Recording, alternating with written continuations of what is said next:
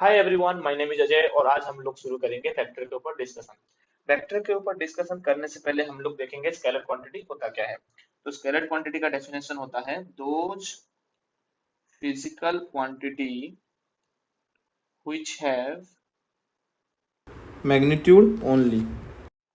आप लोग इसके साथ नोट्स बनाते चलिए और अगर नोट्स नहीं बना पा रहे हैं तो मैं इसका गूगल ड्राइव पे लिंक दे दूंगा, ये आप डाउनलोड कर सकते हैं। तो स्केलर क्वांटिटी क्या होते हैं? वो क्वांटिटी जिनके सिर्फ डायरेक्शन होते हैं, यानी कि उसके कुछ एग्जांपल्स हम लोग ले लेते हैं ताकि हमें समझ में आ जाए। Mass, length, temperature, density, flux, current, electricity. अब यहाँ पे एक चीज आता है, करंट इलेक्ट्रिसिटी का डायरेक्शन तो होता है लेकिन वो एक वेक्टर क्वांटिटी नहीं है। क्यों नहीं है? क्योंकि वो वेक्टर लॉ को ऑफ एडिशन को फॉलो नहीं करता है। जैसे कि यहाँ पे कुछ करंट आ रहा है 3 एम्पियर का, इस वायर से आ रहा है 5 एम्पियर का, और यहाँ कुछ करंट जाएगा। जैसे कि यहाँ से आ रहा है 3 एम्पियर का करंट, यहाँ से आ रहा है 5 एम्पियर का करंट, यानी कि यहाँ से निकलेगा 8 एम्पियर का करंट। ये triangle law of vector addition या फिर वेक्टर लॉ ऑफ एडिशन को फॉलो नहीं करता, इसीलिए इसको वेक्टर क्वांटिटी में हम लोग नहीं गिनते हैं। हमारे लेवल पे इसको स्केलर पे गिनते हैं, लेकिन और थोड़ा इसके ऊपर जाएंगे तो ये एक टेंसर क्वांटिटी भी इसको बोला जाता है, टेंसर क्वांटिटी। अब चलते हैं वेक्टर क्या होता है और हमें जरूरत क्यों पड़ी वेक्टर की। जैसे कि आप एक एग्जांपल ले लीजिए। आप यहाँ पे आपका घर है। आपके घर के राइट पे एक शॉप है और आपके घर के लेफ्ट पे एक सैलून है। तो आपको अगर सैलून जाना होगा तो आपको डायरेक्शन स्पेसिफाई करना पड़ेगा। जैसे कि आपको किसी ने पूछा, आप यहाँ पे खड़े हैं और आपको किसी ने पूछा कि मेरे को सैलून जाना है और इन दोनों का डिस्टेंस 10 मीटर और 10 मीटर ही है। तो आप उसको ऐसे तो नहीं बोलेंगे ना कि आप यहाँ से 10 मीटर चले जाइए आपको सैलून मिलेगा। वो 10 मीटर राइट भी जा सकता है और 10 मीटर लेफ्ट भी जा सकता है। अगर वो 10 मीटर राइट गया तो उसको एक शॉप मिलेगा और अगर वो लेफ्ट गया तो उसको एक सैलून मिलेगा। लेकिन जब आप एक उसको डायरेक्शन स्पेसिफाई कर देंगे कि आप 10 मीटर लेफ्ट की ओर चले जाइए, तो वो जब 10 मीटर लेफ्ट की ओर जाएगा तो उसको मिलेगा सैलून। तो इसी के लिए हमको वेक्टर की यूज आई। तो वेक्टर क्या होते हैं? वेक्टर का डेफिनेशन क्या कहता है? वेक्टर का डेफिनेशन कहता है those physical quantity which have magnitude. Magnitude तो होता है जैसे कि यहाँ पे 10 मीटर, मैग्नीट्यूड डायरेक्शन भी होता है, और सबसे important and it should follow vector law of addition. क्योंकि करंट के पास मैग्नीट्यूड भी है और डायरेक्शन भी है, लेकिन वो वेक्टर क्वांटिटी नहीं है। तो वेक्टर लॉ ऑफ एडिशन को भी फॉलो करना चाहिए। अब एक छोटा सा एग्जांपल ले लेते हैं। एक मास पड़ा हुआ है जिसके ऊपर कुछ फोर्स यहाँ पे एक्ट कर रहा है। ये F1 फोर्स है 1 न्यूटन का, और ये F2 फोर्स है 5 न्यूटन का। फिर सेम बॉडी पे और एक सिनेरियो के अंदर कुछ इस तरीके से फोर्स पड़ रहे हैं। यहाँ पे फोर्स पड़ रहा है 10 न्यूटन का और सेम फोर्स यहाँ पे पड़ता है 10 न्यूटन का। तो यहाँ पे जो एफ नेट बनेगा वो बनेगा F1 प्लस F2, यानी कि 1 प्लस 5 यानी कि 6 न्यूटन। और यहाँ पे जो एफ नेट बनेगा वो 10 माइनस 10, क्योंकि दोनों अपोजिट में लग रहे हैं तो कोई मूवमेंट नहीं करेगा। जैसे कि इसके ऊपर अगर मैं यहाँ से भी फोर्स लगाऊं और यहाँ से भी फोर्स लगाऊं तो ये क्या हो रहा है, ये स्टेशनरी है, यानी कि इसके ऊपर और कोई फोर्स एक्ट नहीं कर पा रहा है। इसकी वजह से एफ नेट इक्वल्स टू 0। तो वेक्टर एडिशन में क्या होता है, जब दो फोर्स को हम लोग ऐड करते हैं, जैसे कि फोर्स एक वेक्टर है तो हमने 10 न्यूटन और 10 न्यूटन को हमने ऐड किया। अगर ये एक स्केलर क्वांटिटी होता तो 10 प्लस 10 मिलके 20 बनाता, लेकिन एक वेक्टर एडिशन में ये 10 प्लस 10 मिलके या तो 20 न्यूटन बनाएंगे या फिर ये 0 न्यूटन तक ही बना सकते हैं। वो डिपेंड करता है इन दोनों के बीच के एंगल में, जो कि हम लोग अभी आगे पढ़ेंगे। वेक्टर लॉ ऑफ एडिशन पे हम लोग पढ़ेंगे। तो किस पे डिपेंड करता है? एंगल पे डिपेंड करता है। दो वेक्टर के एंगल अगर कुछ है तो उसके 0 होंगे या फिर 20 न्यूटन हो सकते हैं। जैसे कि अगर ये वेक्टर और ये वेक्टर के अंदर 180 डिग्री है तो ये 0 इसका वैल्यू बनता है। लेकिन अगर इन दोनों के बीच में अगर ये 0 डिग्री एंगल है तो ये बनेंगे 20 न्यूटन। वैसे ही अगर इन दोनों के बीच में 120 डिग्री का कुछ एंगल बनता है तो इसका जो वैल्यू निकल के आएगा वो होगा 10 न्यूटन। अगर 120 डिग्री होता है तो मैग्नीट्यूड सेम होता है तो मैग्नीट्यूड सेम ही आता है। ये आपको मैं आगे पढ़ाऊंगा, यहाँ पे आप इसको ज्यादा लोड ना लें ये चीजों को, बस आप नोट करते हुए चलिए। तो वेक्टर क्या है समझ में आ गया, स्केलर क्या है समझ में आ गया। अब चलते हैं रिप्रेजेंटेशन कैसे किया जाता है एक वेक्टर क्वांटिटी को। तो सबसे पहले तो मैथमेटिकली कैसे किया जाता है वो देख लेते हैं।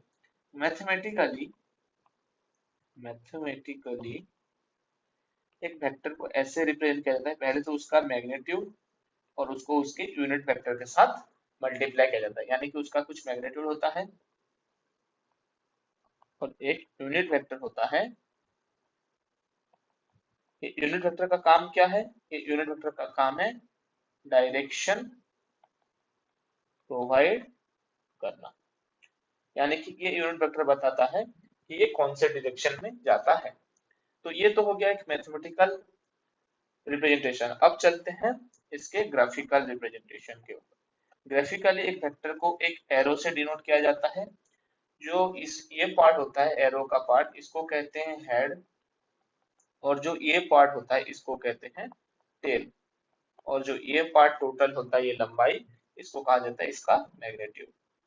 तो ये तो हो गए दो, एक वेक्टर को कैसे रिप्रेजेंट किया जाए, मैथमेटिकली कैसे रिप्रेजेंट किया जाता है, उसको उसके मैग्नीट्यूड और उसके यूनिट वेक्टर के साथ मल्टीप्लाई करके, और ग्राफिकली कैसे किया जा सकता है टेल और हेड के साथ।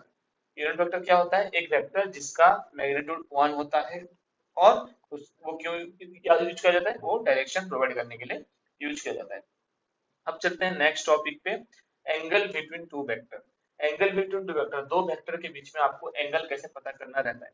जैसे कि angle between two vector is smaller angle of the two angle when they are placed head to head और टेल टू टेल। यानी कि अगर ये वेक्टर है, जैसे कि ये उसका एरो है, तो यहाँ पे इसका और एक हेड टू हेड, यानी कि ये अगर हेड है तो यहाँ पे एक ऐसा वेक्टर आपको देना पड़ेगा हेड, तब जाके जो स्मॉलर एंगल बनेगा वो होता है उन दोनों के बीच में उसका एंगल। तो चलते हैं हम एक वेक्टर ले लेते हैं, ये एक वेक्टर बन गया जिसका ये हेड है, और ये एक वेक्टर बन गया जिसका ये, हम यहाँ पे हेड ज्वाइन कराते हैं, तो ये हेड ज्वाइन हो गया,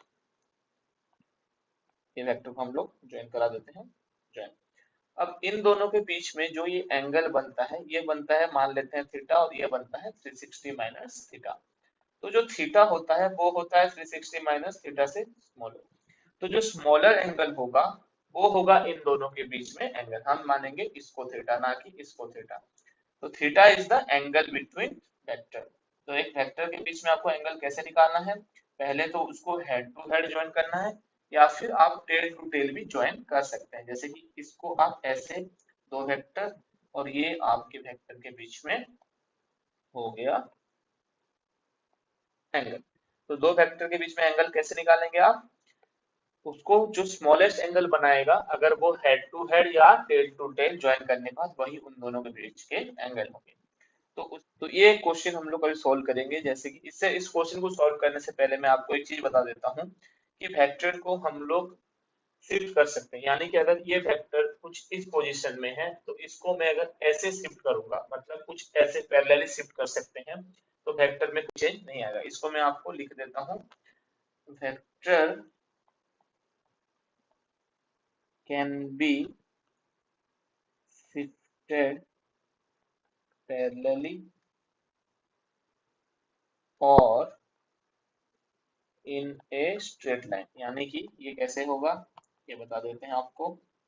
अगर ये एक वेक्टर यहाँ पे पड़ा हुआ है और इस वेक्टर को मैं यहाँ से यहाँ तक हटाना चाहता हूँ, यहाँ तक लेके जाना चाहता हूँ, तो इस वेक्टर को मैं खुशी खुशी यहाँ से यहाँ तक लेके जाऊंगा, और इस वेक्टर के मैग्नीट्यूड में कोई भी चेंज नहीं आएगा या फिर डायरेक्शन में भी कोई चेंज नहीं आएगा।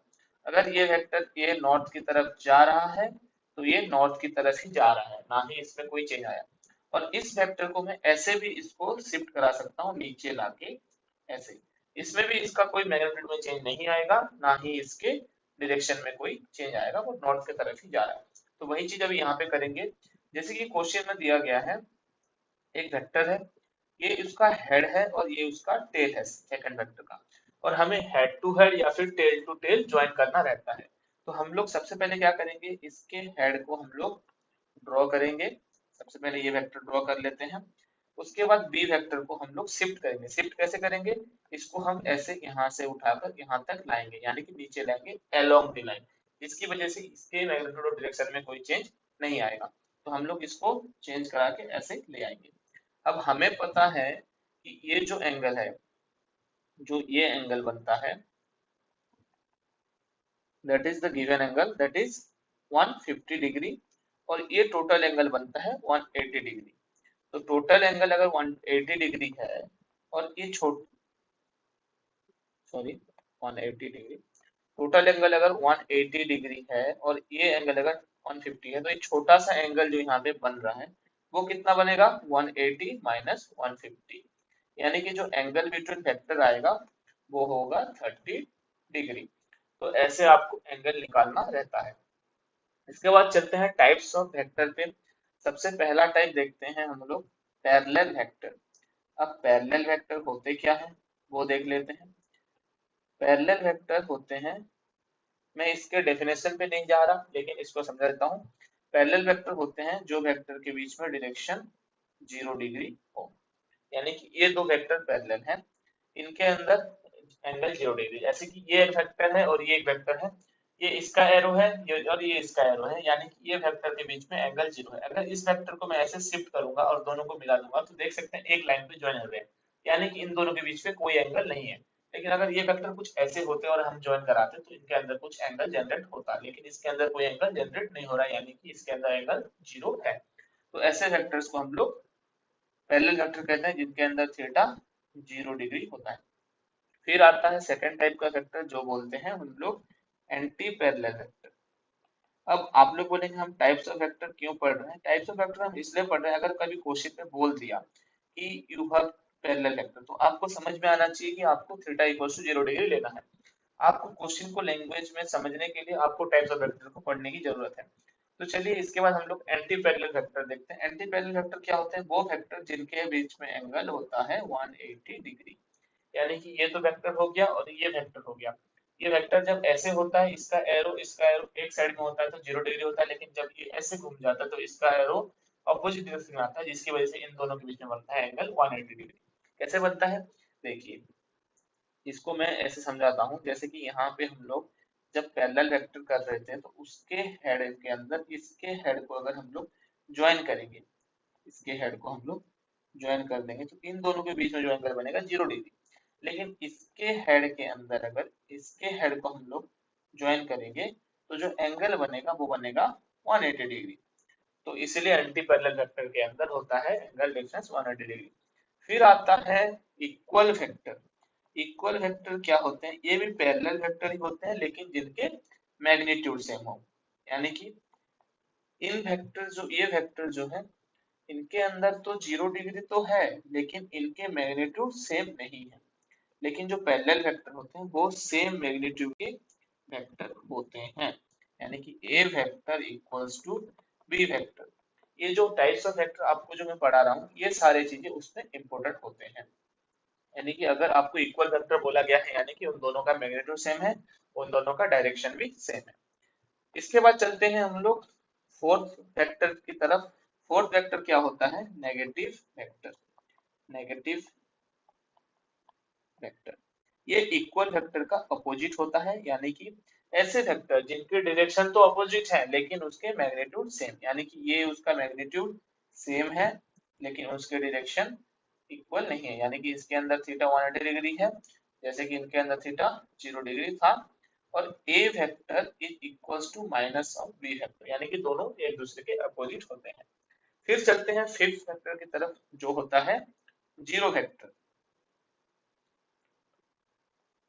अब जीरो वेक्टर किसे कहते हैं, जीरो वेक्टर वो वेक्टर होता है जिसका मैग्नीट्यूड 0 होता है और उसका डायरेक्शन स्पेसिफाई नहीं होता है। जैसे कि हमने पहले एक चीज एग्जांपल लेके किया था ये फोर्स वाला, जिसपे हमने फोर्स दोनों ओर से सेम फोर्स लगाए थे जिसकी वजह से एफ नेट आया था 0। और जो एफ नेट आया था उसका डायरेक्शन भी नहीं है, और वो एक वेक्टर से जीरो हुआ है तो वो एक वेक्टर भी बनता है, इसीलिए जीरो वेक्टर वो वेक्टर है जिसका मैग्नीट्यूड जीरो हो। और इसका अलग नाम भी है, नल वेक्टर बोल के इसका नाम भी है। फिर आता है को इनिशियल वेक्टर। फिर आता है को इनिशियल वेक्टर। इसके नाम पे ही इसका काम छिपा हुआ है। को इनिशियल यानी कि जो इसके इनिशियल पॉइंट एक ही हो, यानी कि एक ही पॉइंट से जो ये पॉइंट से जो जितने वेक्टर ओरिजिन होंगे वो सारे वेक्टर को इनिशियल वेक्टर होंगे। ये उतना इंपॉर्टेंट नहीं है। इसके बाद चलते हैं कोप्लेनर वेक्टर। इसमें भी नाम पे ही सब कुछ छिपा हुआ है। कोप्लेनर वेक्टर क्या होता है? कोप्लेनर वेक्टर वो होता है जो एक प्लेन पे होते हैं। जैसे कि आप एक एग्जांपल ले सकते हैं, ये एक कॉपी है, इसके अंदर अगर आप एक वेक्टर को ऐसे प्लेस करेंगे और फिर एक और एक वेक्टर, फिर और एक वेक्टर, अगर ऐसे इसके अंदर हजारों वेक्टर भी होंगे तो वो इस प्लेन के अंदर है। अगर इसके ऐसे बाहर आ गए तो वो प्लेन के बाहर, लेकिन जो वेक्टर इसके प्लेन के अंदर है वो सारे वेक्टर को हम लोग कोप्लेनर वेक्टर बोलेंगे। जैसे कि ये एक प्लेन है जिसके अंदर बहुत सारे वेक्टर हैं, ये भी वेक्टर है,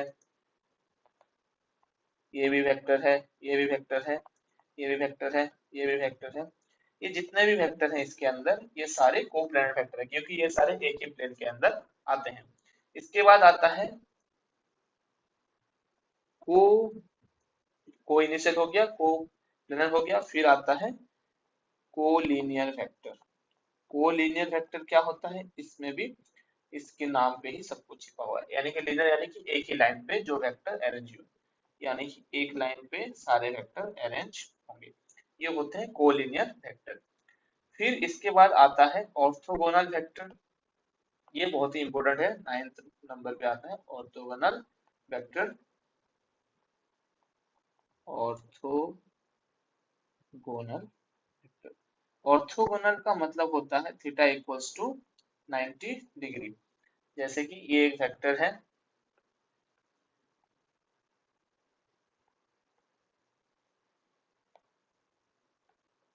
ये एक वेक्टर है जिसके अंदर एंगल डिफरेंस है 90 डिग्री। तो वैसे दो वेक्टर जिनके अंदर एंगल डिफरेंस 90 डिग्री हो उनको हम लोग ऑर्थोगोनल वेक्टर करेंगे।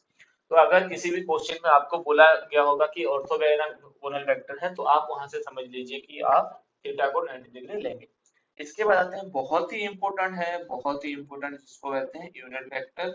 और इसको हम लोग बहुत ही यूज में लेंगे और इसकी वजह से हम बहुत सारे क्वेश्चन भी कर पाएंगे। तो यूनिट वेक्टर क्या होता है? Those vector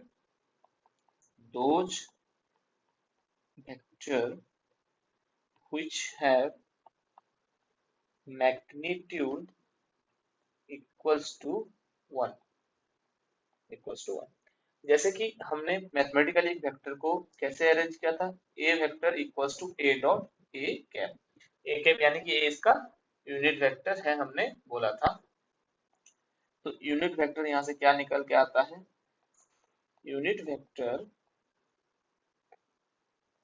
vector equals to A vector by A, यानी कि इसका मैग्नीट्यूड। इसको हम लोग एक एग्जांपल लेके समझेंगे। एक एग्जांपल कैसे लेंगे? एक वेक्टर है जो आई कैप प्लस जे कैप, यानी कि इसका मैग्नीट्यूड जो निकल के आएगा वो होगा 1 का स्क्वायर प्लस 1 का 1 क्यों लिया मैंने? क्योंकि इसका भी कोफिशिएंट 1 है और इसका भी कोफिशिएंट 1 है, और ऐसे इसका मैग्नीट्यूड निकालते हैं। आगे मैं इसको बता दूंगा आपको, बस आप यूनिट वेक्टर समझ लें इसलिए समझ आ रहा हूँ। मैग्नीट्यूड कैसे निकालता है वो अगले में हम लोग देख लेंगे। तो इसका जो मैग्नीट्यूड आता है वो, लेकिन इसका जो यूनिट वेक्टर बनेगा वो बनेगा A vector divided by magnitude.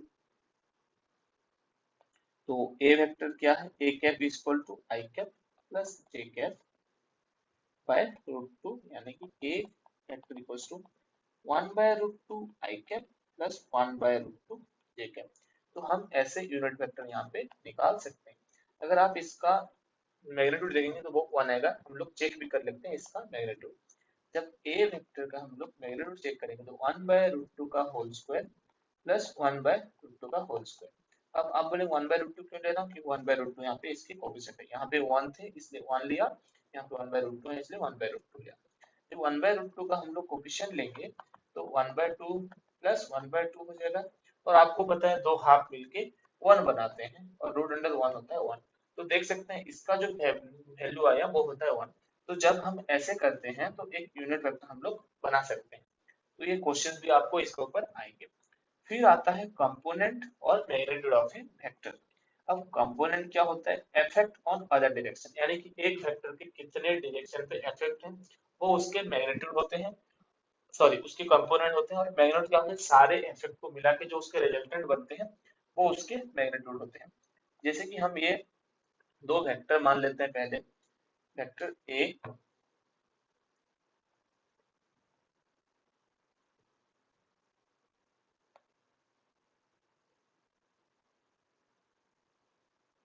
ये दो वेक्टर हम लोग मानते हैं। सबसे पहले हम लोग मैग्नीट्यूड को समझ रहे हैं। तो दो वेक्टर हम लोग मान रहे हैं, वेक्टर ए और वेक्टर बी। तो जब वेक्टर ए और वेक्टर बी को हम लोग मिलाएंगे तो एक रिजल्टेंट वेक्टर बनेगा जो कि हम लोग उसका नाम देंगे सी। इसका वैल्यू होगा ए वेक्टर प्लस बी वेक्टर। यानी कि इन दो वेक्टर के इफेक्ट को मिला के जो वेक्टर बन रहा है वो रिजल्टेंट है, यानी कि उसका मैग्नीट्यूड है। तो मैग्नीट्यूड क्या है? इन दोनों वेक्टर का इफेक्ट है, नेट इफेक्ट है, यानी कि इसका मैग्नीट्यूड हम लोग ऐसे निकाल सकते हैं। लेकिन कंपोनेंट क्या होता है? जब एक वेक्टर रहता है उसके कंपोनेंट कैसे निकालते हैं? जैसे कि एक वाई एक्सिस है और ये एक्स एक्सिस है और ये एक वेक्टर है। सबसे पहले तो ये एक्स एक्सिस, ये वाई एक्सिस, इस वेक्टर का कुछ मैग्नीट्यूड ए है, इसका मैग्नीट्यूड होगा ए क्योंकि ए वेक्टर है। तो इसके कंपोनेंट होंगे, ये थीटा एंगल बनाता है एक्स एक्सिस का। जब इसको हम लोग ऐसे ज्वाइन करेंगे तो इसका जो वैल्यू बनेगा वो कैसे बनेगा? हमको पता है साइन थीटा इक्वल्स टू, हम इसको ax नाम देते हैं क्योंकि हम इसके कंपोनेंट x डायरेक्शन में निकालेंगे, और इसका नाम ay देते हैं क्योंकि हम लोग y डायरेक्शन में इसका कंपोनेंट निकालेंगे। हमको पता होता है कि sin theta equals to perpendicular by hypotenuse. Perpendicular क्या है? ay, और हाइपोटेन्यूज क्या है? a। ये हाइपोटेन्यूज है और ये परपेंडिकुलर है। तो यहाँ से ay क्या निकल के आता है? a sin theta. फिर आता है ax, फिर आता है cos थीटा। cos थीटा का वैल्यू क्या होगा? Base open hypotenuse. बेस क्या है? ax बाय हाइपोटेन्यूज, यानी कि ax बाय a। तो यहाँ से ax का वैल्यू निकल के आएगा a cos थीटा। और जब हम सारे कंपोनेंट को ऐड कर देंगे तो हमें जो रिजल्टेंट मिलेगा वो यही मिलेगा।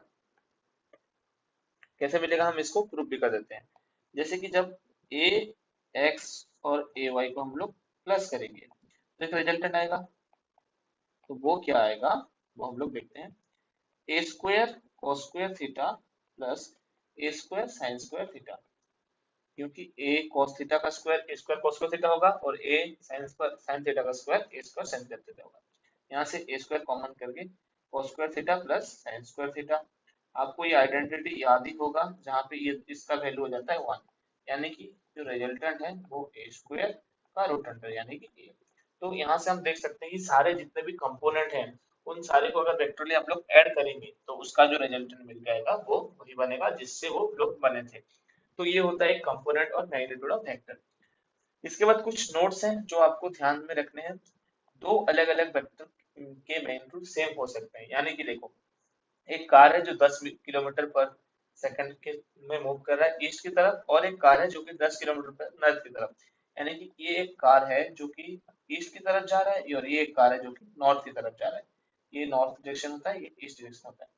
अब दोनों वेक्टर अलग है क्योंकि इस वेक्टर का डायरेक्शन नॉर्थ की तरफ है और इस वेक्टर का डायरेक्शन ईस्ट की तरफ है, लेकिन इन दोनों का मैग्नीट्यूड 10 मीटर पर सेकंड ही है। यानी कि दो अलग अलग वेक्टर के मैग्नीट्यूड सेम हो सकते हैं। ये है नोट्स 1। फिर नोट 2 क्या कहता है? If you multiply a scalar with vector then magnitude will change but the direction will remain same. यानी कि अगर दो वेक्टर को हम लोग मल्टी अगर एक वेक्टर को हम लोग स्केलर से मल्टीप्लाई करेंगे तो उसका जो मैग्नीट्यूड है वो चेंज होगा लेकिन डायरेक्शन चेंज नहीं होगा। जैसे कि एक वेक्टर है जो कि 7i cap minus 10j cap. अब इसको हमने जैसे ही 3 से मल्टीप्लाई किया, इसका जो डायरेक्शन है, देख पहले इसको डायरेक्शन देख लेते हैं हम लोग क्या है। ये पहले आई कैप यानी कि ऐसे एक्स एक्सिस पे, माइनस जे कैप यानी कि नीचे। तो इसका जो रिजल्टेंट बनेगा कुछ इस तरीके से बनेगा। और सेकंड में भी जो वेक्टर बना है उसका डायरेक्शन क्या है, पहले तो आई कैप फिर माइनस जे कैप, तो उसका भी जो रिजल्टेंट बनेगा वो कुछ इस तरीके से बनेगा, यानी कि इसमें डायरेक्शन का कोई भी चेंज नहीं हो रहा, जिस डायरेक्शन में जा रहा था उसी डायरेक्शन जा रहा है, लेकिन जो मैग्नीट्यूड है, तो जो रिजल्टेंट आएगा मैग्नीट्यूड का वो चेंज होगा। यानी कि जब हम किसी वेक्टर को एक स्केलर से मल्टीप्लाई करेंगे तो वेक्टर का बस डायरेक्शन, बस मैग्नीट्यूड का डायरेक्शन चेंज नहीं होगा। फिर चलते हैं नोट 3 पे। नोट 3 क्या कहता है, addition of vector with scalar is not possible. अब इसमें क्या होता है, दो वेक्टर को हम लोग ऐड कर सकते हैं लेकिन एक वेक्टर और एक स्केलर को ऐड नहीं कर सकते। कैसे, जिसकी एग्जांपल लीजिए, फोर्स 1 न्यूटन को आप 1 केजी के साथ ऐड कैसे कर सकते हैं, नहीं कर सकते। तो एक स्केलर को वेक्टर के साथ ऐड नहीं किया जा सकता है। तो इसके बाद देखते हैं vector addition, addition of two vector, दो वेक्टर को कैसे एडिशन करेंगे। तो triangle law of vector addition क्या कहता है वो देख लेते हैं। वेक्टर एडिशन के लिए दो उपाय होते हैं। इसके बाद देखते हैं vector addition, addition of vector. Vector addition के लिए दो उपाय होते हैं। पहला उपाय होता है triangle law of vector addition, दूसरा होता है parallelogram law of vector addition.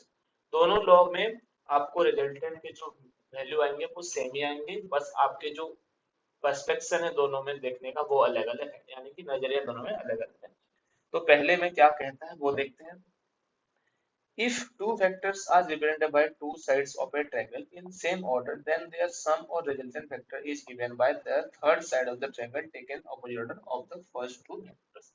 ये तो हो गई इंग्लिश में जितना कुछ इसको लिखा था। अब हम इसको सिंपल उपाय में करते हैं। सबसे पहले आपको क्या करना है, आपको दो वेक्टर लेना है। तो स्टेप वाइज हम लोग करते हैं। स्टेप 1 क्या कहता है, दो वेक्टर को लीजिए लीजिए। तो एक वेक्टर हमने बी ले लिया और एक वेक्टर हमने ए ले लिया। अब स्टेप 2 कहता है दो वेक्टर को ज्वाइन कराइए कराइए और एंगल देखिए, एंगल देखिए। हमने पढ़ा है कि एंगल कैसे देखा जाता है, हेड टू हेड या टेल टू टेल ज्वाइन करके। तो इन दोनों वेक्टर को हमने टेल टू टेल ज्वाइन करवा दिया और इन दोनों के बीच में हमने एंगल देख लिया। एंगल क्या आया, एंगल आया थीटा। फिर हम लोग चले थर्ड स्टेप पे। थर्ड स्टेप क्या कहता है, एक वेक्टर का हेड के साथ दूसरे वेक्टर का टेल को जोड़िए। यानी कि एक वेक्टर का ये तो हेड हो गया और दूसरे वेक्टर का टेल हो गया। कैसे जोड़ेंगे, हमने आपको पहले ही बताया था कि हम वेक्टर को शिफ्ट कर सकते हैं, यानी कि वेक्टर ऐसे है तो हम इसको ऐसे शिफ्ट कर सकते हैं। तो हम शिफ्ट कर लेते हैं, यहाँ पे था वेक्टर, हमने यहाँ पे इसको शिफ्ट कर लिया, तो ये एंगल हो गया थीटा। अब चलते हैं नेक्स्ट स्टेप पे। नेक्स्ट स्टेप क्या कहता है, अब चौथे में ये कहता है ये जो फिगर बना है, ये जो फिगर बना है इसको ट्रायंगल में कन्वर्ट कीजिए, कन्वर्ट कीजिए। यानी कि जो ऐसे कुछ फिगर बना था इसको हमको ट्रायंगल में कन्वर्ट करना है। ट्रायंगल में कैसे करेंगे, थर्ड साइड बनाएंगे। थर्ड साइड कैसे बनाएंगे, ऐसे। फिर कहा जाता है, फिफ्थ स्टेप क्या कहता है, जो ट्रायंगल का थर्ड साइड बना है, जो ट्रायंगल का थर्ड साइड बना है उसको इन सबसे अपोजिट डायरेक्शन में लीजिए, इन सबसे अपोजिट डायरेक्शन में लीजिए, डायरेक्शन में लीजिए और वही रिजल्टेंट है। अब इसका मतलब क्या है, अब देख सकते हैं कि जो इन इन दोनों वेक्टर का डायरेक्शन है वो ये इस तरफ जा रहा है, तो एक इस तरफ जा रहा है और एक भी ऐसे जाना चाहिए, लेकिन ऐसे नहीं करके इसको अपोजिट में करना है, यानी कि इसको ऐसे करना है। तो इसको वैसे हम लोग बना देते हैं, इसको हम लोग ऐसे बना देते हैं। तो ये हो गया ए वेक्टर, ये हो गया बी वेक्टर, तो ये हो गया रिजल्टेंट वेक्टर। अब हमें निकालना है रिजल्टेंट वेक्टर। निकालते कैसे रिजल्टेंट वेक्टर? सबसे पहले निकालने के लिए हम इसको एक अच्छे डायग्राम पहले बना लेते हैं। ये हो गया, ये हो गया, ये हो गया, ये वेक्टर, ये वेक्टर, और ये इसका रिजल्टेंट। अब चलिए इसको हम लोग सॉल्व करते हैं। ये हो गया बी वेक्टर, ये हो गया ए वेक्टर, ये हो गया आर वेक्टर। अब जैसे हम लोग इसको बी वेक्टर का कंपोनेंट लेंगे, तो बी वेक्टर को दो कंपोनेंट में तोड़ देंगे, पहले बी एक्स और फिर बी वाई। हमें पता है जो बी एक्स, यहाँ पे ये थीटा एंगल है, हमें पता है जो बी एक्स होता है वो बी कॉस थीटा होता है, अभी हमने, मैं जब कंपोनेंट पढ़ा था तब किया था। और जो बी वाई होता है वो बी साइन थीटा होता है। तो इसको हम लोग एक ट्रायंगल मान लेते हैं। ट्रायंगल क्या नाम देते हैं इसका? P Q R. तो अब करते हैं solve. In triangle P Q R, P R, P R को प्यार मत समझ लेना, P R square equals to P Q square plus Q R square. अब आप बोलेंगे कि ये आया कहाँ से? ये पाइथागोरस थ्योरम से आया है। पाइथागोरस थ्योरम ये कहता है कि हाइपोटेन्यूज का स्क्वायर इक्वल्स टू बेस का स्क्वायर प्लस परपेंडिकुलर स्क्वायर, यानी कि ये हाइपोटेन्यूज है, ये बेस है, और ये परपेंडिकुलर है। अब हमें इसको सॉल्व करना है। पी आर का वैल्यू क्या है? R, R square equals to P Q का वैल्यू क्या है? इसका तो ए है, और ये जो एक्स्ट्रा ऐड हुआ है इसको हम लोग बी कॉस थीटा मानते हैं। तो पी क्यू का वैल्यू बनता है ए प्लस बी कॉस थीटा, और इसका बनता है होल स्क्वायर। क्यू आर का वैल्यू क्या बनता है? क्यू आर का वैल्यू बनता है बी साइन थीटा, यानी कि इसमें बी साइन थीटा का होल स्क्वायर। अब जब हम इसको खोलेंगे स्क्वायर को, तो ये बनेगा पहले तो A square plus B square cos square theta plus 2ab cos theta, यानी कि इसको अगर मैंने एक्स, एक्स प्लस वाई का होल स्क्वायर क्या होता है? X square plus Y square plus 2 into X into Y. तो ये वो वाला रूल फॉलो करके हमने किया। फिर ये इसका होल स्क्वायर क्या होगा? B square sine square theta, क्योंकि सिंगल टर्म है तो इसका ये बना। फिर R square equals to A square plus B square cos square theta, और ये बी स्क्वायर को भी इधर ले आते हैं पास में, दो बी स्क्वायर मिले के रहेंगे तो अच्छा लगेगा हमें भी और उनको भी। अगर हमने उनको मिला दिया तो उनको भी अच्छा लगेगा। अब R square equals to A square तो है ही, अब इनमें से कॉमन है तो इनके गुण मिल गए, तो हम लोग इनके गुण मिला देते हैं। Equals to cos square theta plus sine square theta, plus यहाँ पे बचा है 2ab कॉस थीटा। अब हम आइडेंटिटी पता है कि cos square theta plus sine square theta का वैल्यू होता है 1, तो इसका वैल्यू हम लोग 1 लिखेंगे, तो क्या बनेगा? A square plus B square plus 2ab cos theta. तो जो रिजल्टेंट बनेगा उसका वैल्यू क्या होगा? A square plus B square plus 2ab cos theta का रूट अंडर, क्योंकि ये होल स्क्वायर था यहाँ पे, तो वो जब यहाँ पे जाएगा तो रूट अंडर बन जाएगा। तो ये होता है रिजल्टेंट का मैग्नीट्यूड। आपको ये याद रखना है, रिजल्टेंट का मैग्नीट्यूड होता है, इसको आपको रट लेना है, क्योंकि आप जब पैरेललोग्राम लॉ से भी करेंगे तो ये वही आने वाला है। इसके बाद देखते हैं कि ये जो एंगल, ये जो वेक्टर हमारा रिजल्टेंट वेक्टर आया है वो कितना एंगल बनाता है हमारे पहले वाले वेक्टर के साथ। तो इसका नाम कुछ अल्फा देते हैं। और in triangle P Q R tan alpha equals to, हमें पता है अल्फा होता है पी बाय बी। परपेंडिकुलर क्या है इसमें? बी कॉस थीटा, और बेस क्या, उसका बेस क्या है? बेस का वैल्यू हमने निकाला था A plus B cos theta, sorry perpendicular का वैल्यू है बी साइन थीटा। हमने यहाँ पे परपेंडिकुलर का वैल्यू कुछ ऐसे निकाला था बी साइन थीटा। तो परपेंडिकुलर का वैल्यू क्या होता है?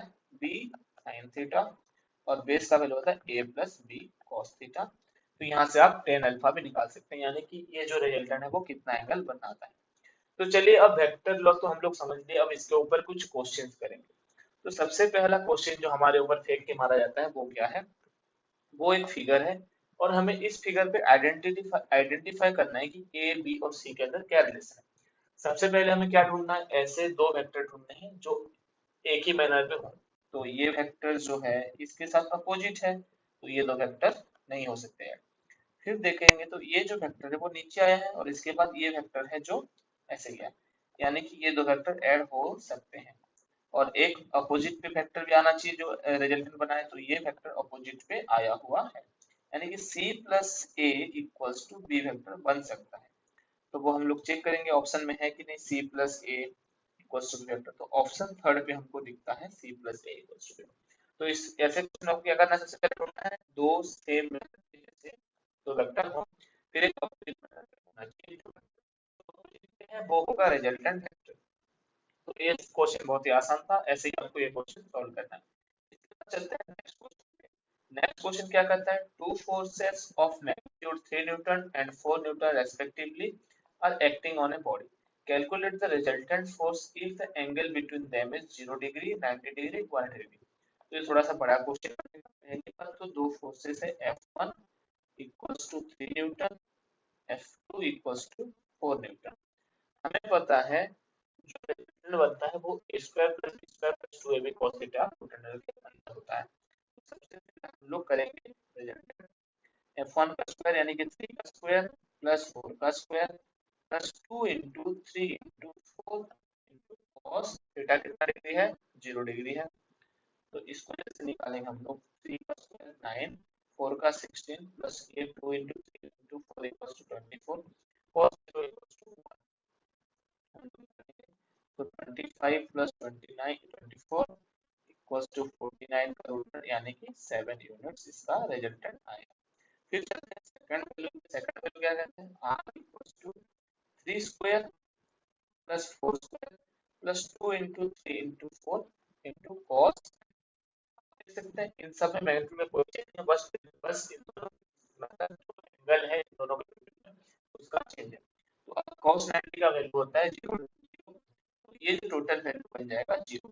तो यहाँ पे हम लोग इसका रिजल्ट निकालेंगे, का स्क्वायर 9 16, तो रूट अंडर 25 इक्वल्स टू 5। तो ये सेकंड हमारा हो गया। इसके बाद सेकंड थर्ड क्या कहता है, रिजल्टेंट इक्वल्स टू 3 का स्क्वायर प्लस 4 का स्क्वायर प्लस 2 इंटू ए इंटू बी इंटू कॉस 180। तो जब cos 180 का वैल्यू होता है -1, पहले तो ये 9 प्लस 16 प्लस 24 इंटू -1, तो इसका जो वैल्यू आएगा वो 25 माइनस 24, तो आएगा वैल्यू क्या होगा 1 यूनिट, इसका आंसर है। ये क्वेश्चन को सॉल्व करने का तरीका है। अब हम नोट बताते हैं, नोट पे क्या होगा, angle between the vector is 0 degree, तो आपको डायरेक्ट a प्लस b कर लेना है। अगर 90 डिग्री है तो a square plus b square rotate कर लेना है। और अगर 180 प्लस b कर, जैसे कि सबसे पहले हम ये क्वेश्चन करते हैं, इसको हम लोग और एक मेथड पे करेंगे। अब नोट के बाद मेथड 2 पे करेंगे। मेथड 2 पे मेथड 2 पे क्या कहते हैं, जब 0 डिग्री होता है तो ऐड करना है, यानी कि 3 प्लस 4 यानी कि 7 यूनिट। जो हमने इतने करने के बाद भी हमारा वैल्यू वही आया 7 यूनिट। फिर कहता है 90 डिग्री हो तो इसका स्क्वायर प्रोडक्ट करना चाहिए, वो भी कर लेते हैं। दो नंबर भी क्या करेंगे, 3 स्क्वायर प्लस 4 स्क्वायर यानी कि 9 प्लस 16 रूट यानी कि 25 का रूट यानी कि 5 यूनिट, जो कि हमने प्लस करने के बाद हमारा आंसर आया।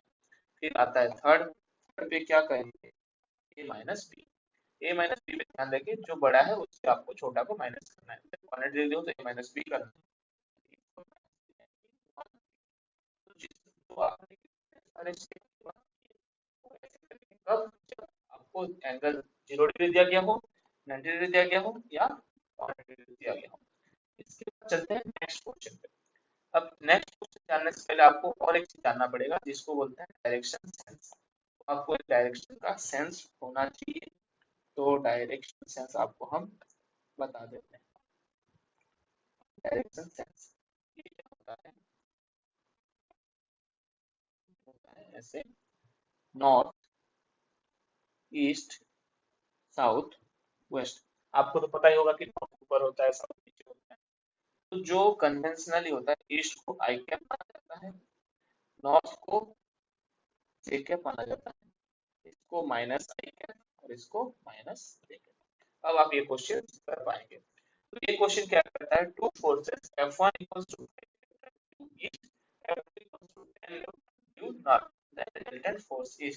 पहले तो F1 वेक्टर दिया गया है, F1 वेक्टर क्या बोला गया है, 5 ड्यू ईस्ट यानी कि 5 आई कैप, और फिर वेक्टर बोला गया है नॉर्थ यानी कि 10 जे।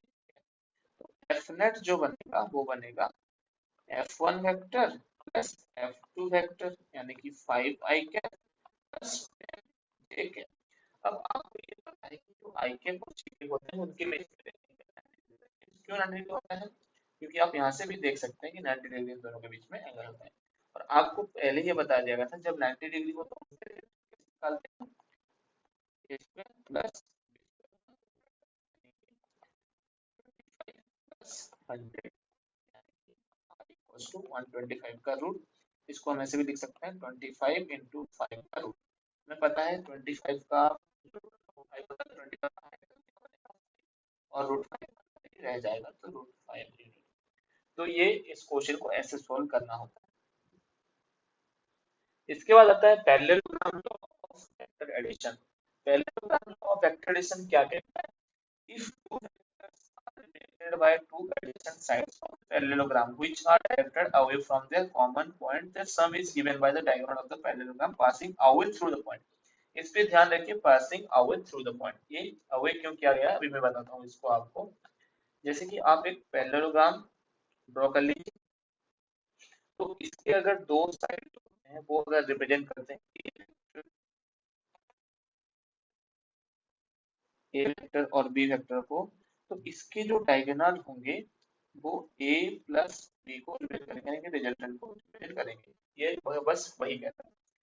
अवे का कहा गया, अवे का मतलब होता है passing away through the point, यानी कि जो वेक्टर है वो यहाँ से दूर जा रहा है, अवे जा रहा है, यहाँ से दूर, यहाँ आ रहा है इस पॉइंट पे ये वेक्टर आएगा। तो कहना चाहता है, डायरेक्शन सेंस देना चाहता है कि अगर दो वेक्टर इस डायरेक्शन पे हो तो उसके जो रिजल्टेंट आएंगे वो ऐसे डायरेक्शन पे आएंगे, पैरेललोग्राम लॉ के थ्रू, ना कि ऐसे आएंगे। समझ रहे हैं, ये एरो ऐसे नहीं, ये एरो ऐसे होगा पैरेललोग्राम लॉ पे, और ये एक वेक्टर है और ये वेक्टर साइड्स को रिप्रेजेंट कर रहे हैं पैरेललोग्राम के। तो इसके जो रिजल्टेंट का वैल्यू आता है वो सेम आता है a square plus 2ab cos theta, और इसमें भी जो आपको tan अल्फा रहेगा वो आएगा, अगर हम इसको ऐसे नाम करेंगे तो अच्छा रहेगा, अल्फा में हमको दिक्कत नहीं होगी। इसको ए वेक्टर, तो b sin theta by a plus b cos theta, कोई भी चीज नहीं है। तो चलते हैं इसके ऊपर एक क्वेश्चन करते हैं और इस सेशन को फिर अगले सेशन में हम लोग करेंगे polygon law of vector addition और सब्ट्रैक्शन ऑफ वेक्टर एडिशन, फिर करेंगे रिलेशन वेक्टर, फिर उसके अगले लेक्चर में हम लोग करेंगे और का दी एंड। फिर उसके बाद जो एक वीडियो रहेगा पीवाईक्यू रहेगा वेक्टर का। तो चलते हैं, two vectors having equal magnitude of 5 units 7 angle 6 degree between them, find the magnitude of the resultant vector and its angle from one of the vector। तो दो वेक्टर ऐसे हैं जिनके बीच का एंगल है 60, इसका भी आपको रिजल्टेंट का वैल्यू क्या होता है ए square plus A square plus 2 into A into cos root under. ए क्यों लिया, ए ने इसलिए लिया क्योंकि दोनों का मैग्नीट्यूड सेम है, बी के जगह पे भी हमने ए ले लिया। तो 5 का स्क्वायर प्लस 5 का स्क्वायर प्लस 2 इंटू 5 बाई 2, क्या 3 इंटू 5 का स्क्वायर 13 बाहर आ जाएगा, तो 5 रूट 3 यूनिट इसका रिजल्टेंट है। और इसका जो डिरेक्शन होगा tan अल्फा वो क्या होगा, b sin theta b cos theta, मैंने पहले बताया था ये। तो b के जगह पे 5 और sin थीटा sin 60, √3/2 और a plus b, sorry a का वैल्यू 5 है, a का वैल्यू 5 प्लस b का वैल्यू 5, ऊपर करेंगे तो 5√3/2, नीचे करेंगे तो अगर एलसीएम ले लेंगे तो 5 × 2 प्लस 5 2, फिर क्या होगा 5√3 ऐड होके बन गया 15। इसके बाद जो tan alpha equals to 5√3 that is tan alpha equals to √3/3, क्योंकि ये 3 से कटेगा। फिर इसका वैल्यू हम लोग कैसे निकालेंगे, √3 ऊपर नीचे मल्टीप्लाई करेंगे तो ये मल्टीप्लाई होके बनेगा 3 और ये 3 से कटेगा टोटल, तो क्या बचा 1/√3। तो अल्फा का वैल्यू, क्योंकि tan 30 डिग्री का वैल्यू होता है 1/√3। तो जो एंगल निकला यहाँ से, जो रिजल्टेंट यहाँ से मिला बीच में से, उसने कितना एंगल बनाया, उसने बनाया 30 डिग्री। इसको आप नॉर्मल भी कर सकते हैं, एक नोट डाल के आप लोग लिख सकते हैं कि अगर दो वेक्टर, आप एक नोट लिख लीजिए, एक नोट नंबर 5, अगर दो वेक्टर के मैग्नीट्यूड सेम हो तो एंड उसके एंगल को बाइसेक्ट करेगा, उसके एंगल को बाइसेक्ट करेगा। यानी कि अगर थीटा 60 डिग्री होगा तो अल्फा 30 डिग्री होगा, थीटा अगर 120 होगा तो अल्फा 60 डिग्री होगा, यानी कि उसका हाफ बनेगा। और थीटा अगर 90 डिग्री हुआ तो उसका ये 45 डिग्री बनेगा। इसके बाद चलते हैं नेक्स्ट क्वेश्चन की तरफ। नेक्स्ट क्वेश्चन क्या कहता है, assertion और रीजन टाइप क्वेश्चन है। Minimum number of vectors having unequal magnitude in a plane required to give zero resultant is 3। पूरा करेक्ट है, कैसे करेक्ट है बताते हैं। जैसे कि जब दो वेक्टर हों तो दो करने के लिए उनको इक्वल होना चाहिए, लेकिन यहाँ पे क्या बोला गया, unequal बोला गया, यानी कि दो वेक्टर अपने आप को कैंसिल नहीं कर सकते, तो इनके लिए 3 वेक्टर चाहिए। तो चलिए हम लोग एक वेक्टर मान लेते हैं, ए वेक्टर, मैग्नीट्यूड से बनेगा सी। अब जो सी है उसको कैंसिल करने के लिए हमको और एक वेक्टर चाहिए -c। तो ऐसे करके 3 वेक्टर हमें चाहिए। देखिए ये वेक्टर हमने सी बनाए, ये वर्चुअल वेक्टर, ये एक्चुअल में कुछ नहीं कर रहा, ये इन दोनों का रिजल्ट है, यानी कि ये बनाया है। तो इसको आप लोग बोलिए ये है। क्या होता है जब दो वेक्टर, ये ए और बी मिला के जितना इफेक्ट है इसकी उतना इफेक्ट देगा, इसकी वजह से जो ए और बी का है वो सी कैंसिल करेगा, तो ये जीरो बनाएंगे, जीरो बनेगा। तो इसकी वजह से जो नेट जीरो करने के लिए कितने वेक्टर चाहिए मिनिमम हमको, 3 वेक्टर हमको चाहिए, minimum number of vector equal is 3। उसके बाद रीजन क्या है कि vector addition of 3 vector addition zero हो रहे हैं तो बोलते हैं होने चाहिए एक ही प्लेन के अंदर, नहीं तो बोलते उनके एडिशन जीरो नहीं, ये तीनों एक ही प्लेन में है। लेकिन इसका मतलब ये रीजन अपना सही है, नहीं कर पा रहे कि वो कैसे 3 जीरो दे रहे हैं। तो ये assertion and region are true, but region is not a explanation of assertion।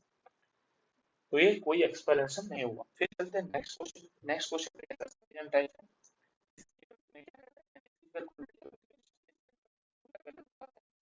एक फिजिकल क्वांटिटी के साथ डायरेक्शन भी होना चाहिए, मैग्नीट्यूड भी होना चाहिए, और वो वेक्टर लॉ ऑफ एडिशन को फॉलो भी करना चाहिए।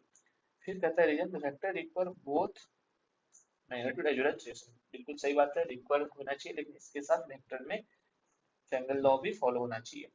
तो क्योंकि करंट एक वेक्टर नहीं है, उसके पास डायरेक्शन भी है, मैग्नीट्यूड भी है, तो ये दोनों चीजें रॉन्ग है। क्या लिखेंगे हम लोग, assertion and region false। तो इसी के साथ ये लेक्चर को हम लोग करते हैं। अगले लेक्चर में मिलेंगे, पॉलीगॉन लॉ और सब्सट्रैक्शन, उसके बाद रेजोल्यूशन। तो चलिए आज के अगले लेक्चर